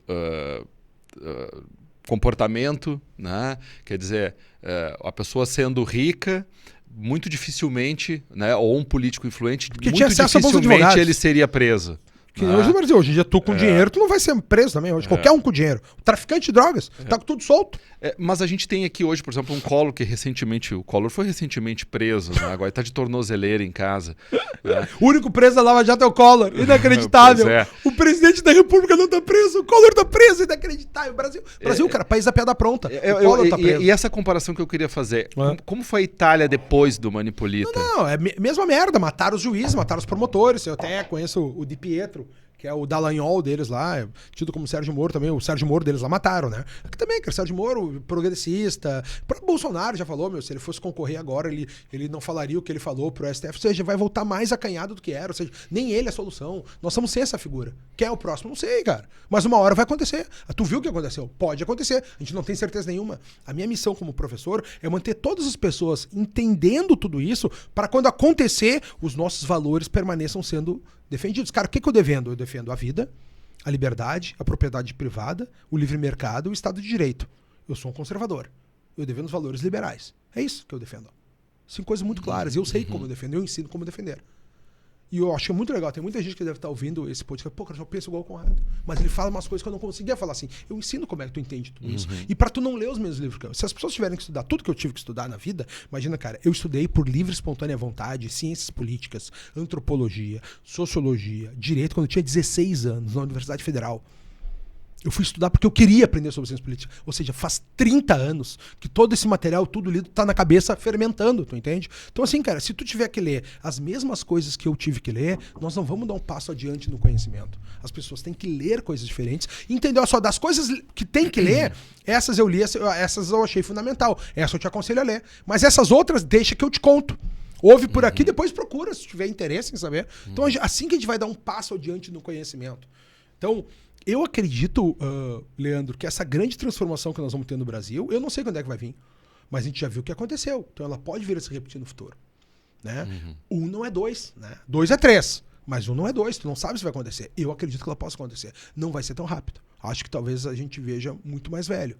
Mas a gente tem que começar a preparar as pessoas para ninguém estar de olhos fechados quando acontecer o momento de novo. Todo mundo saber o que defender. Acho que a parte mais dura disso tudo, e é o que eu falava do Brasil, né? Cara, se for te envolver no mundo político, tu vai sofrer. Mas o Sartre tinha tem um livro que é Le Mains Sables, né? As Mãos Sujas.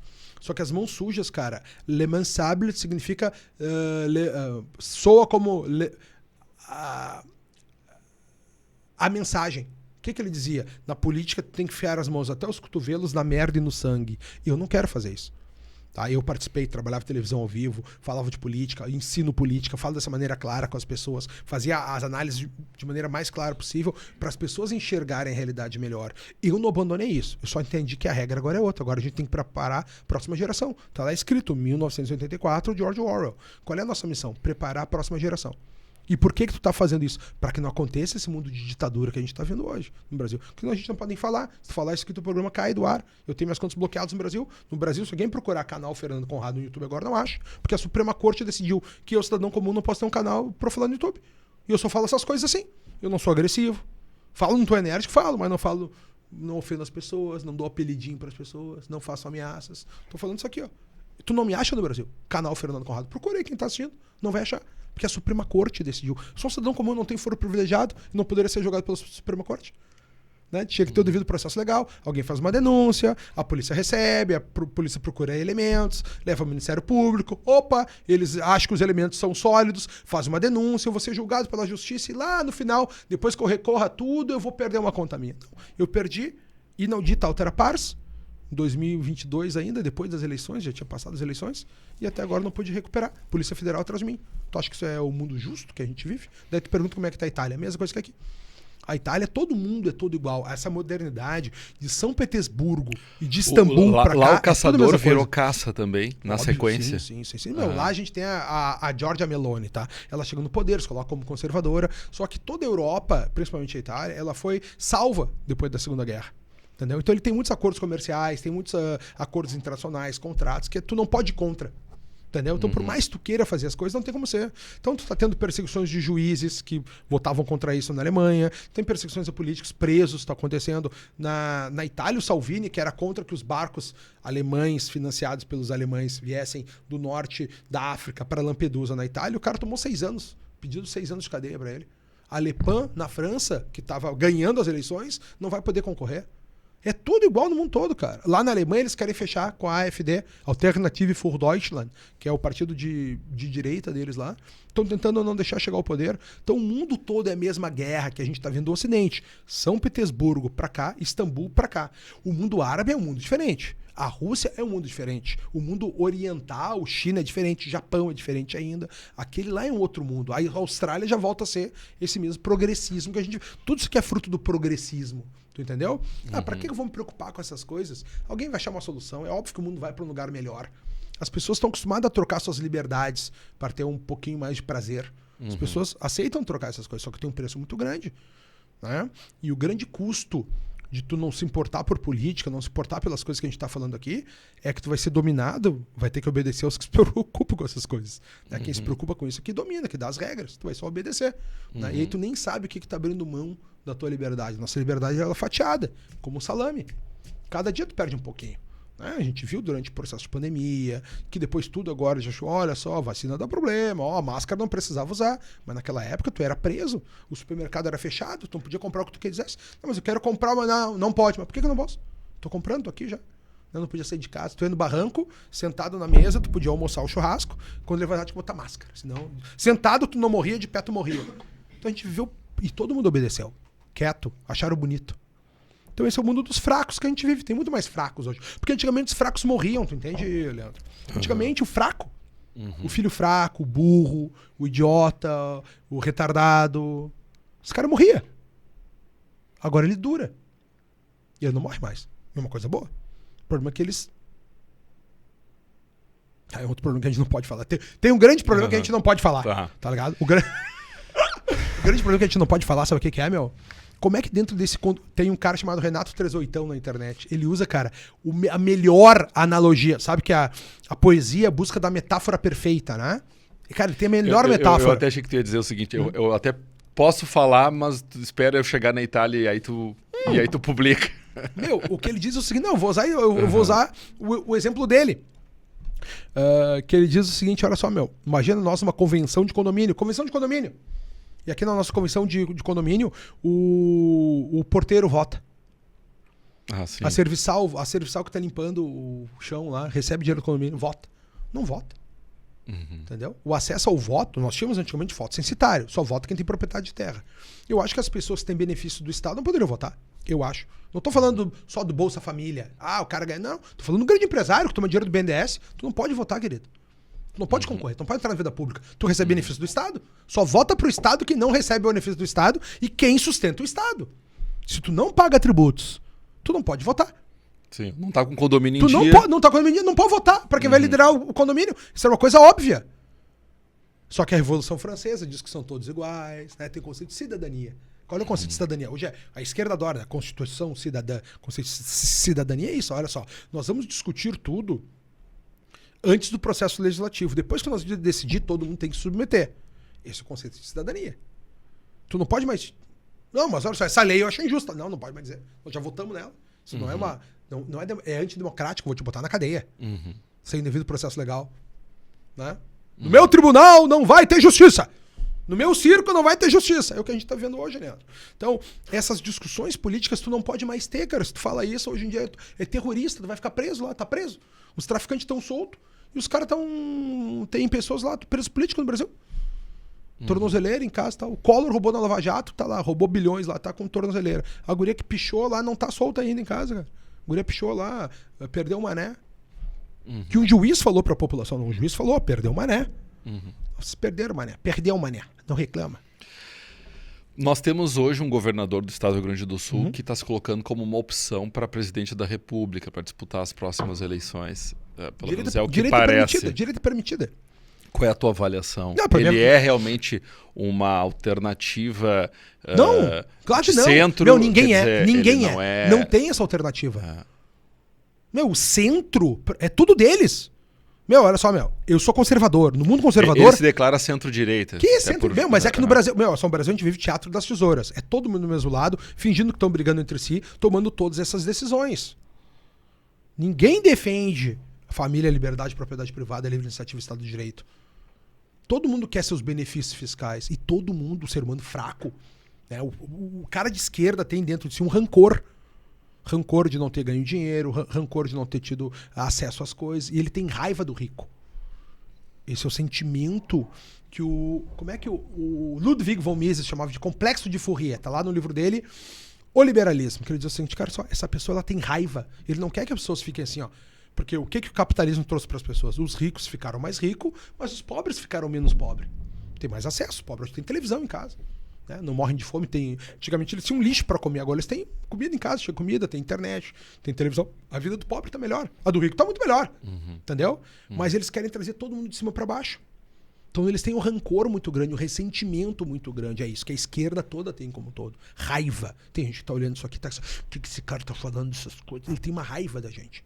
Raiva dessas pessoas que pensam assim. Esse governador do estado, assim como todos os outros, cara, não tô falando só dele, nós não tem ninguém do outro lado. Vai ser só esse mesmo teatro das tesouras. Vai aparecer alguém que parece estar brigando com o PT. Eles estão brigando. Tudo igual, mesmas políticas. Olha a Prefeitura de Porto Alegre, as propagandas que eles fazem. Todos, meu. É tudo igual. Acabou. Nós não temos mais um outsider. Só que a gente já viu acontecer. Uma vez aconteceu. Não tô dizendo que o Bolsonaro, o cara também não é. Agora a gente falou, eu vou me submeter e ficar bem quietinho.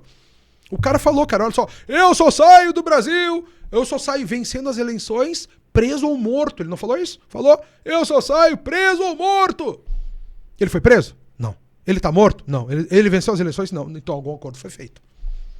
Algum acordo foi feito. Se ele entregar capital político, se eles estão tentando sangrá-lo politicamente até o final. Eles têm medo, essa ameaça, continuam perseguindo ele até hoje. Mas ele tem um acordo acontecendo nisso. Ninguém fica aqui livre, leve e solto do jeito que estão as coisas. Né? Fazendo rodeio lá nos Estados Unidos. É inacreditável. Tem pessoas presas aqui. Os caras estão vendo rodeio lá nos Estados Unidos. Eu acho muito feio, cara. Pra mim, é muito feio o que a gente está vendo no Brasil hoje. Agora, a gente já viu que uma vez teve uma melhora. Eu sou um realista otimista. Eu acho que essa melhora pode acontecer. Então é por isso que eu continuo nessa grande luta para deixar todo mundo preparado. Ó, meu, quando acontecer, nós temos que fazer isso. Ó. Pá, o mundo é esse. Eu quero, porque fora isso, Leandro. As pessoas acham que as grandes modificações do mundo os outros vão fazer. Não, cara, as grandes modificações foram feitas por um único homem. O Einstein descobriu a teoria da relatividade. Entendeu? O Galileu descobriu o heliocentrismo. É um cara que não parou quando todos os outros pararam. Um cara continuou estudando quando todos os outros tinham preguiça. Um cara continuou se esforçando quando todos os outros cansaram. Esse cara chegou na barreira do conhecimento e ele empurrou adiante. Então é um de nós que pode fazer isso. Eu dou aula, eu tenho 73 mil alunos no meu sistema educacional, que já passaram pelo sistema educacional. Se algum deles trazer para si essa SAM, me chamar para ser responsável, é eu que vou resolver esse negócio. A gente vai ter uma modificação. A minha batida no peito, eu vou ensinar tudo que eu aprendi para vocês, eu ensino. De maneira direta para não perder tempo. Direto do lugar onde a coisa aconteceu. Essa é a minha missão. Tô te levando conhecimento. Tá aqui, ó. É isso aqui o que eu consegui enxergar da minha vida. Eu vivo a minha própria filosofia. Tudo que eu falo para vocês, eu coloco a minha vida, porque a tua vida é o teu tempo e a tua energia. A tua morte não é um dia lá adiante. A tua morte é cada dia que tu não viveu. Cada dia que tu não foi real contigo mesmo, não foi fiel às tuas convicções. Eu acho que o Brasil não vai ser legal durante um bom tempo, eu sair daqui. Não vou ficar aqui, perder 12 anos da minha vida aqui, envelhecer aqui. Senão eu vou ter que abrir mão dos meus valores. Agora, é muito importante estar com a tua família, é muito importante estar com o teu grupo social, é muito importante ver no mundo a ordem. O sentido da vida está nessas coisas. O sentido da vida, onde é que está o sentido da vida? Está tão fragmentado, está no servir, está no pertencer, está na ordem. Olha, é bom quando chega numa biblioteca toda organizada, quarto de hotel todo bonito, quando vem para um estúdio aqui, ó, todo preparado, fica feliz, né? Quando tá com um belo terno, uma bela roupa, pô, me sinto bem, na ordem, tô em ordem, feliz. A Bíblia, o maior livro que nós temos no Ocidente aqui, começa como: o mundo era o caos, veio o verbo e fez a ordem. Né? Só que a ordem não é automática. E as pessoas não reconhecem ordem também, né? As pessoas veem um lugar arrumado, acham que é automático, esse lugar tá arrumado. Pô, alguém preparou. Alguém veio, botou as câmeras, botou o ar-condicionado, botou as luzes, botou a televisão, se arrumou, marcamos um horário, viemos aqui. A ordem custa. As crianças não aprenderam a enxergar a ordem. a entender que a ordem custa. Eu agradeço muito quando eu chego na minha casa e tá tudo em ordem. Agradeço a quem limpa, agradeço a minha mulher quando ela organiza, entendeu? Agradeço, pô, cara, obrigado por botar as coisas em ordem. Pô, obrigado. Pequenas coisas. Obrigado. Obrigado por ter escolhido o queijo que eu gosto de comer. Obrigado por manter o vinho na temperatura que eu gosto. Obrigado. Agradecer essas coisas. Reconhecer. E é isso que a gente quer, só um reconhecimento. Né? Pô, teu churrasco ficou maravilhoso, cara. E dizer quando é isso, dizer publicamente. Mas só pra resumir, ordem. Sofrimento é na morte do outro que eu sei o que eu quero na minha vida. Quando morre um amigo teu, morre o pai do amigo teu, tu vai lá no cemitério, pô, tu volta pra casa, pô, o cara morreu e não pôde dizer que ama as crianças, que ama a mulher dele, né? Tu quer volta pra tua mulher, tu quer dizer pra ela que tu ama, pros teus filhos quer dizer que tu ama, pros teus amigos quer dizer que ama, né? Outra forma de encontrar sentido na vida com a natureza é na relação com a natureza que vê o teu pequeno tamanho. Quando tu vê aquele oceano na praia, Atlântida que seja, ou Torres, tá à frente do mar, tu sabe que tu é pequenininho diante de todo o oceano. Quando tu mora num apartamento alto, vendo o sol nascer, tu sabe que tu é pequeno. Eu adoro os Alpes. Na minha casa eu vejo os Alpes lá.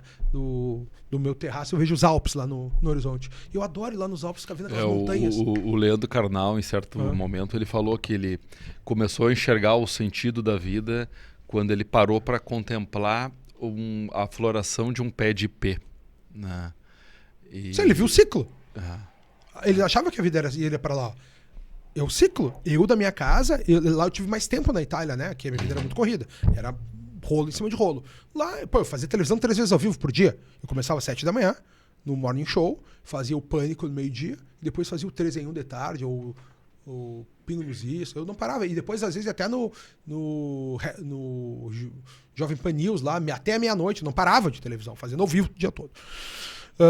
Lá na Itália eu tenho tempo, cara. Então eu vejo assim, ó, a estação do ano que as árvores caem as folhas, que nascem as folhas, que tapa a minha visão da catedral no centro da cidade, entendeu? Tu vê os ciclos da vida. E quando tu vê o ciclo, tu vê a tua morte, tu vê a tua finitude. É o contraste da finitude humana com o infinito cósmico. Aquilo do analista de Bagé, quando o cara chega lá, me dói o contraste da finitude humana com o infinito cósmico, entendeu? Então essas coisas nos dói. Então o contato com a natureza é algo muito importante da gente ver. Uma outra forma é a educação e a cultura. Cada vez que tu lê um livro é uma alma condensada. Cada vez que tu vê o belo, a vida vale a pena no belo. O belo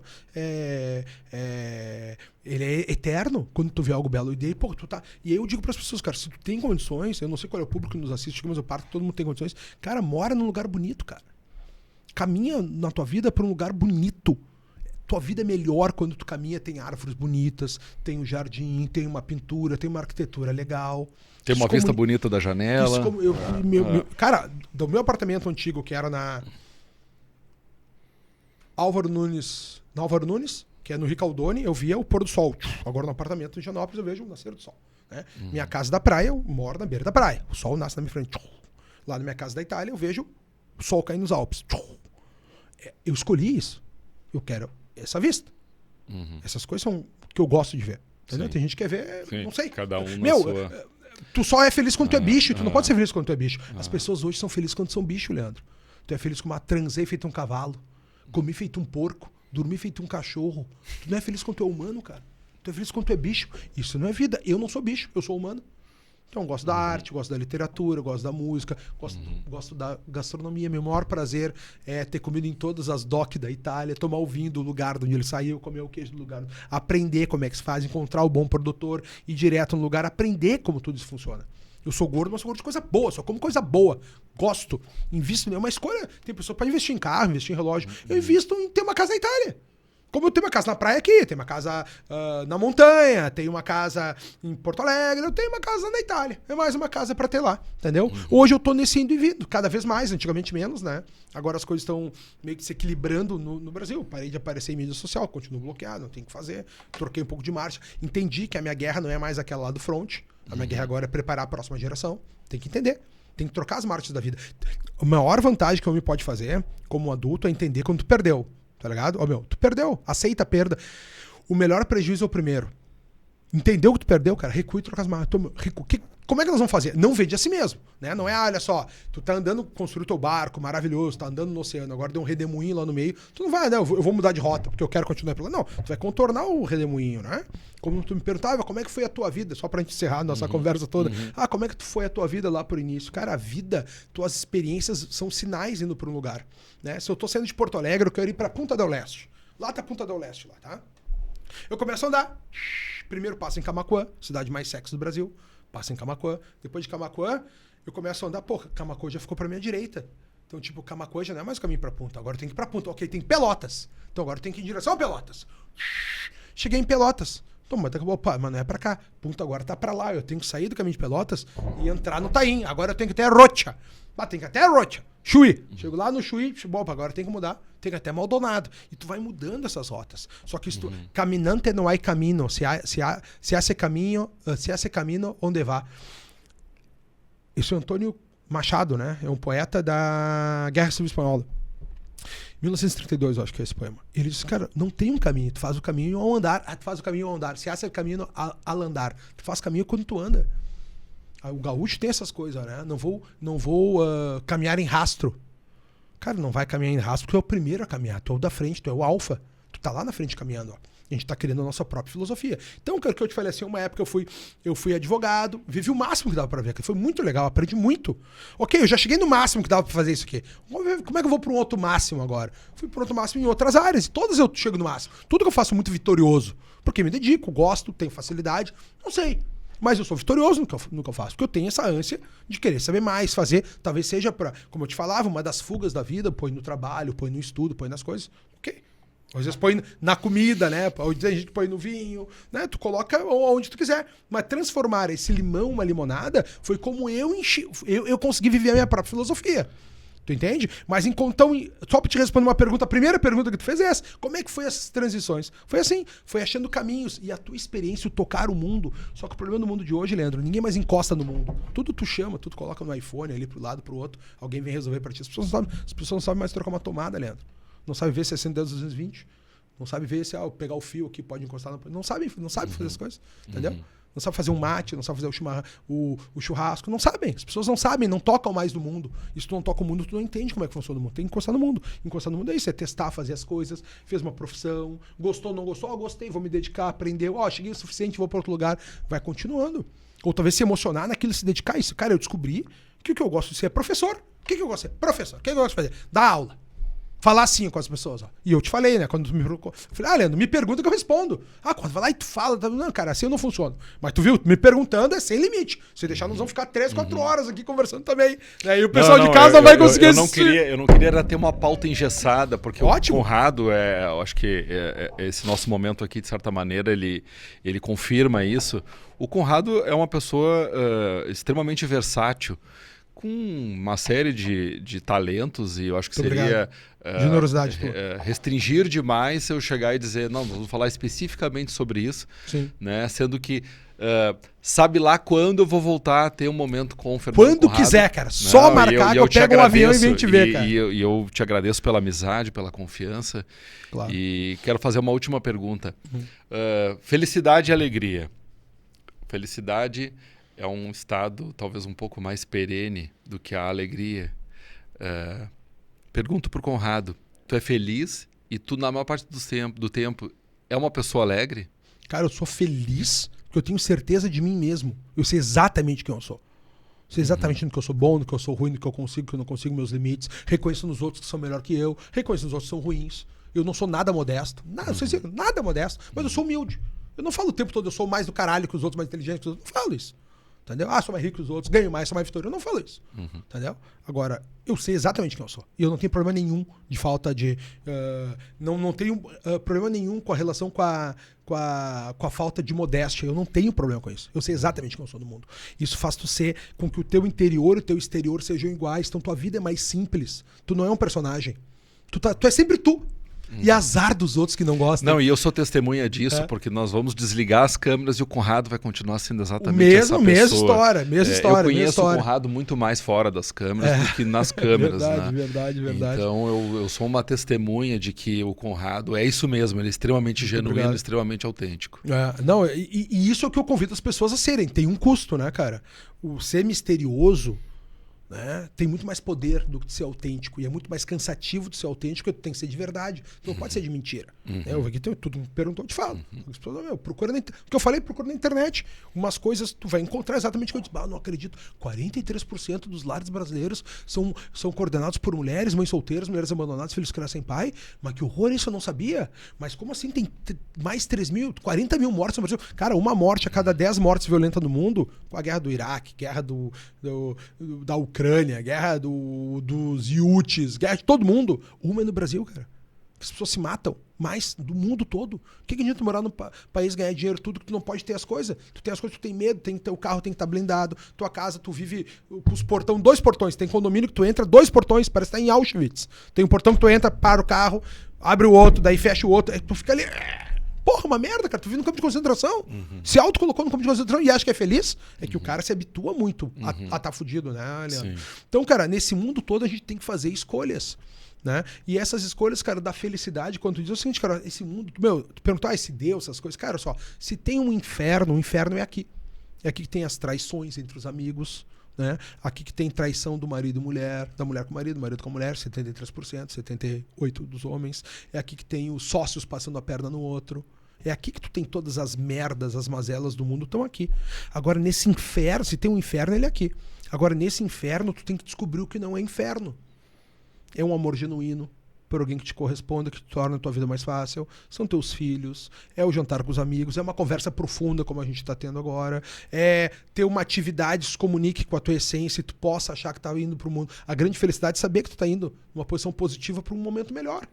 Tu cresceu a cada novo dia. Essa autossuperação de quem tu é. Catarse dos gregos, que eu já falava para vocês. E aí, quando tu acha o que nesse inferno não é inferno, que é a amizade, o carinho, a atenção, a arte, a beleza, relação com o servir, a ordem, o pertencimento, a relação com a natureza. Quando tu acha isso, tu tem que proteger. A nossa missão é proteger. Eu venho aqui, tu me chamou, eu te respondi prontamente. Claro que vou, porque eu quero proteger a nossa relação. Nós somos amigos, nos conhecemos há bastante tempo. Por mais que a gente não tenha uma relação muito próxima, nos últimos tempos, sempre que a gente vai se ver, é sempre amigo. Parece que tu pausou a relação, né? Voltou depois de 1 ano, 2 anos, tal. Então, a gente tem que proteger tudo isso. Proteger as amizades, proteger os amigos. Ligar, teu aniversário, cara, que legal falar contigo. Pô, cara, vi que tu ganhou tal coisa, parabéns, cara. Sabe? Pô, tu tá com o escritório novo, pô, que legal teu escritório novo, cara. As críticas fazerem em particular e os elogios em público. Né? A gente não tem essa capacidade, que hoje em dia com as redes sociais, ela trouxe as pessoas que moram muito longe para perto de ti. Tem pessoas que estão vendo que, o Conrado parece um amigo meu falando, eu acompanho ele há muitos anos. Agora ele afastou quem tá muito perto. Tu vai contar alguma coisa pra alguém, eu fui uma viagem pra França, eu sei, eu vi, tu andou no Vale do Luar, tomou um vinho de 150 anos, andou de balão, todas as pessoas já viram em todas as redes sociais. Então não tem mais assunto.